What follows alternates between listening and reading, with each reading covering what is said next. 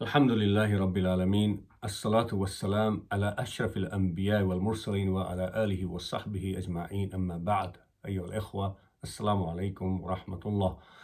Praise be to Allah, Lord of the worlds, peace and blessings on His Messenger Muhammad sallallahu alayhi wa sallam. After greeting you, brothers and sisters, I thought I should clarify because there's much confusion out there, although I've seen some statements from various quarters abroad and in this country on the issue of Salatul Eid for this present Eid al-Fitr in this COVID season in the UK. Brothers and sisters, first and foremost, Salatul Eid is, of course, one of the signs of believers.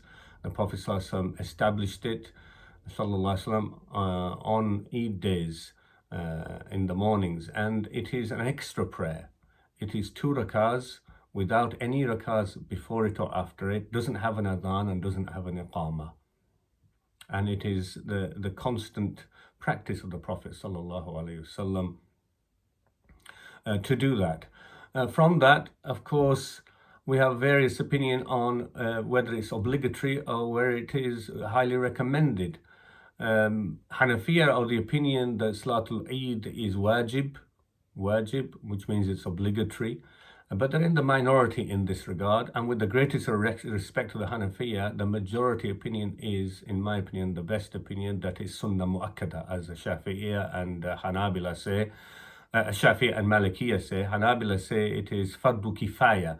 Fardu Kifaya, a bit like Salatul Janazah, that it needs to be held, but if some people attend, it basically compensates for everybody and they're not found sinful. But anyway, Sunnah Mu'akkada, highly recommended, is the majority opinion. That's in normal situations when Salatul Eid is held, of course. So keeping that in mind, in COVID season, let's be clear, in the present situation and the lockdown that we're in the UK, there will be no Salatul Eid being held either in the masjid or in the parks or anywhere else in a public sense.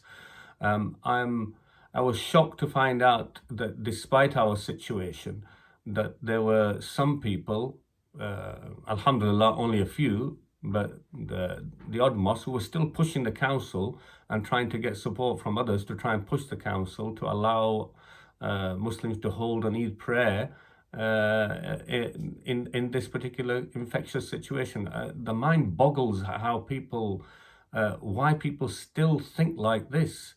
And it's very upsetting and frustrating, because sometimes these few imams and people who are their followers think that perhaps they're being more religious than the other imams and scholars who are saying not the same thing as they're saying. But it's not the same Shari', the lawgiver, Allah and His Messenger, who are telling us about establishing Salatul Eid, is the same lawgiver, Allah and His Messenger, Allah's Messenger, making it clear that in this situation it requires فَيَمْكُثْ فِي بَلَدِهِ, as the hadith mentioned about the epidemic coming, and about the believers, it is a mercy to them, for the one who stays in their land. And this staying, yamkus, this muks, isolation, can be within the same land, saying isolated in the lockdown situation in our homes as well, to reduce the spread in that land where the epidemic and the infection is. So it's included in the meaning of the hadith, brothers and sisters, to be able to get the rewards, having sabr, and with respect and rewards from Allah, and knowing that the infection, of course, can only happen to anyone by the will of Allah subhanahu wa ta'ala. That's all true. But it seems that some people have taken part of another hadith and take the beginning and forget the end of it. And often people from the religious quarter misquote the hadith. And that hadith is authentic. It begins with the Prophet saying, La adwa, la adwa. There's no such thing as infection. Wala tayra. And there's no bad omens. But the Prophet ﷺ doesn't mean by that he's rejecting infection, because all the other hadith he mentions clearly are showing you there is such a thing, infection. What he means by it, infection only happens to somebody by the will of Allah subhanahu wa ta'ala. And the end of the hadith says, فَفِرُّوا مِنَ الْمَجْذُومِ كَمَا تَفِرُّوا مِنَ الْأَسَدِ. Then run away from the leper, meaning the infected person. We can take it wider from the leper, the infected person, like you run away from the lion. Why? Because of infection. And so real understanding, there should be no surprise as to why we're not holding Eid prayer, which is the at best sunnah mu'akkada as a community. We're already not holding fard prayers.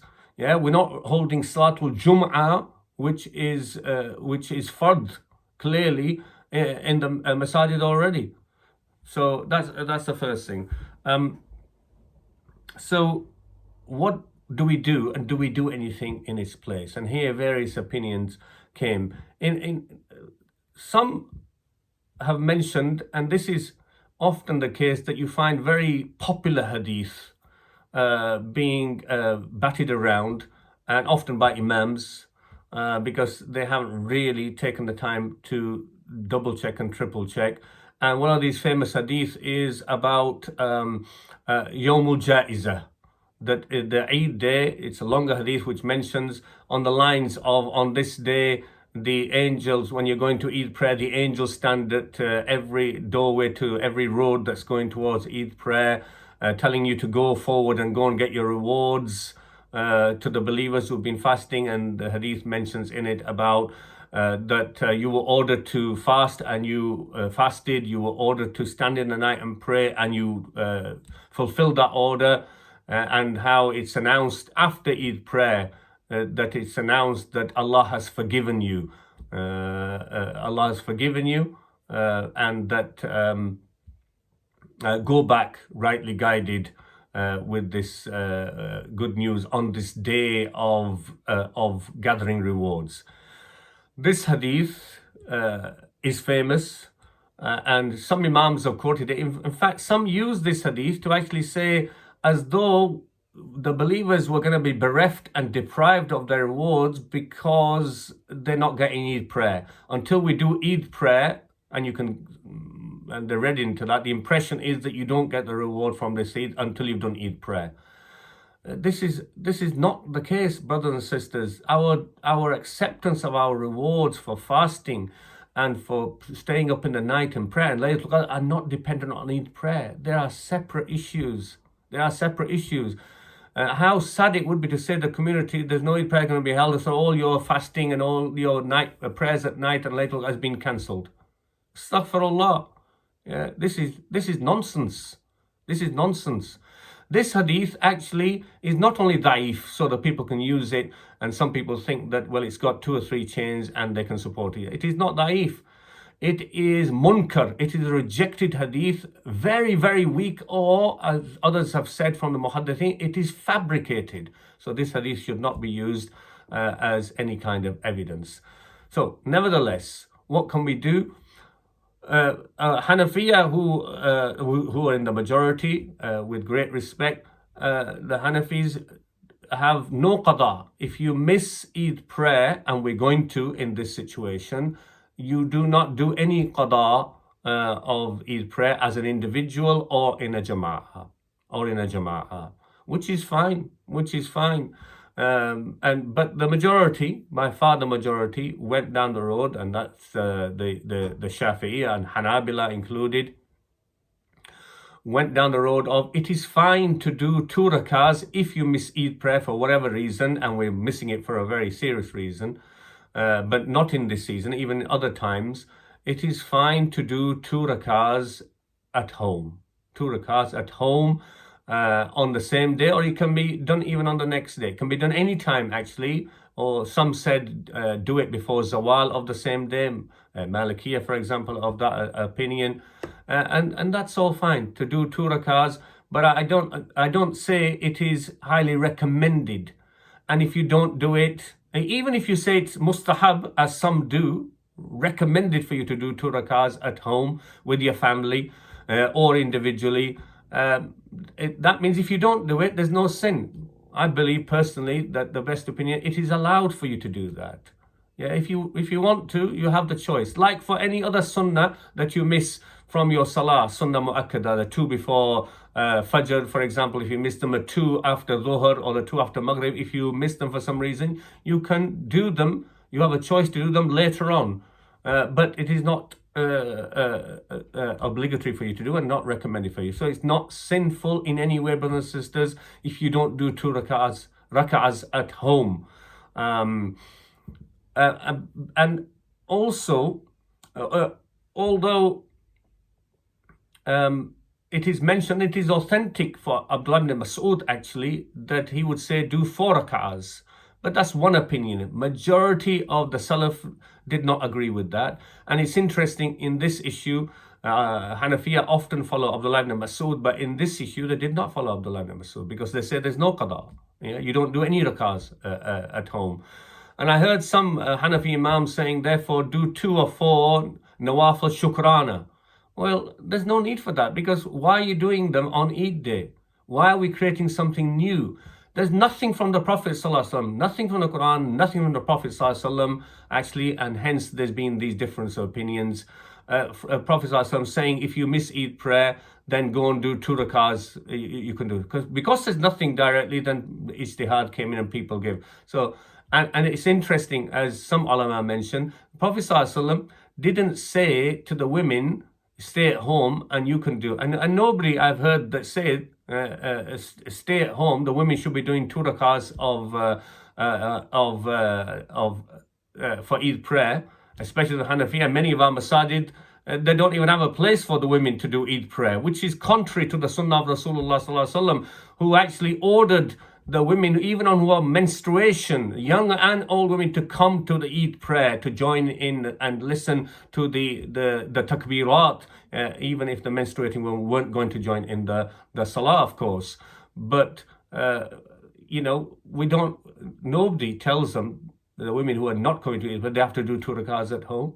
So the same situation here. We shouldn't invent now something new and say, well, you should do 2 or 4 rakahs, men and women at home, to make up for the Eid prayer that's not taking place.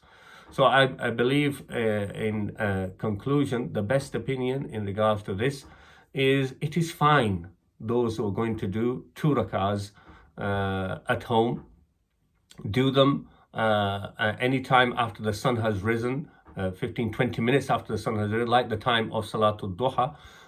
Do the 2 rakahs. You can do it as a family, you can do it individually, as you can Sunnah and Nawafil anyway. No need to do 4 rakahs. If somebody does 4 rakahs following Abdullah ibn Mas'ud, which is authentic to him, there's no big deal with it again, brothers and sisters. And if somebody doesn't do these 2 rakahs, let me repeat again, there's no sin. Your rewards for Ramadan and fasting have not been cancelled. Your Laylatul Qadr ibadat have not been cancelled. Eid has not been cancelled because you didn't do the 2 rakahs. Let's be very clear about that, brothers and sisters. As far as takbirat is concerned, which is sunnah, Allah subhanahu wa ta'ala says in the Quran, وَلِتُكْمِلُوا الْعِدَّةَ وَلِتُكَبِّرُوا اللَّهَ عَلَى مَا هَدَاكُمْ وَلَعَلَّكُمْ تَشْكُرُونَ. So complete the fasting period. Yeah, this is for those who fasted, for those who couldn't out of illness, those who paid fidyah is counted as though you fasted. For those who couldn't, for being in the front line, it says though you, the month of Ramadan wasn't cancelled for you. So complete that period and mention Allah's greatness. Allahu Akbar, meaning on Eid, on the day of Eid. وَلِتُكَبِّرُوا اللَّهَ عَلَى مَا هَدَاكُمْ. Yeah, so because Allah has guided you.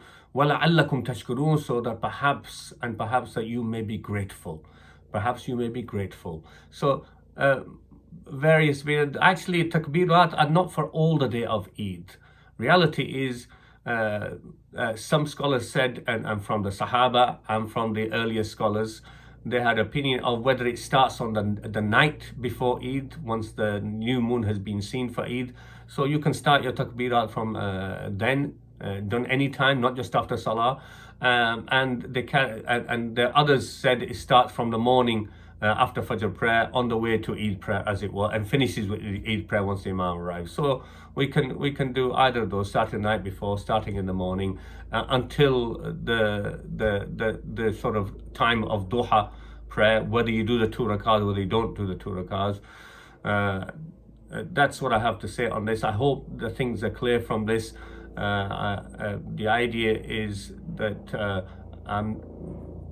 that to realize that there are differences of opinion, and I hope and pray that Allah subhanahu wa ta'ala guides us and accepts our fasts and accepts our ibadat and our qiyam.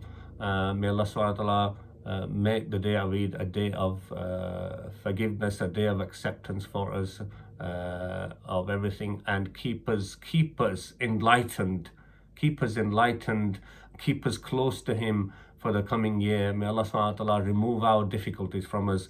أقول قولي هذا واستغفر الله لكم إنه هو الغفور الرحيم. السلام عليكم ورحمة الله.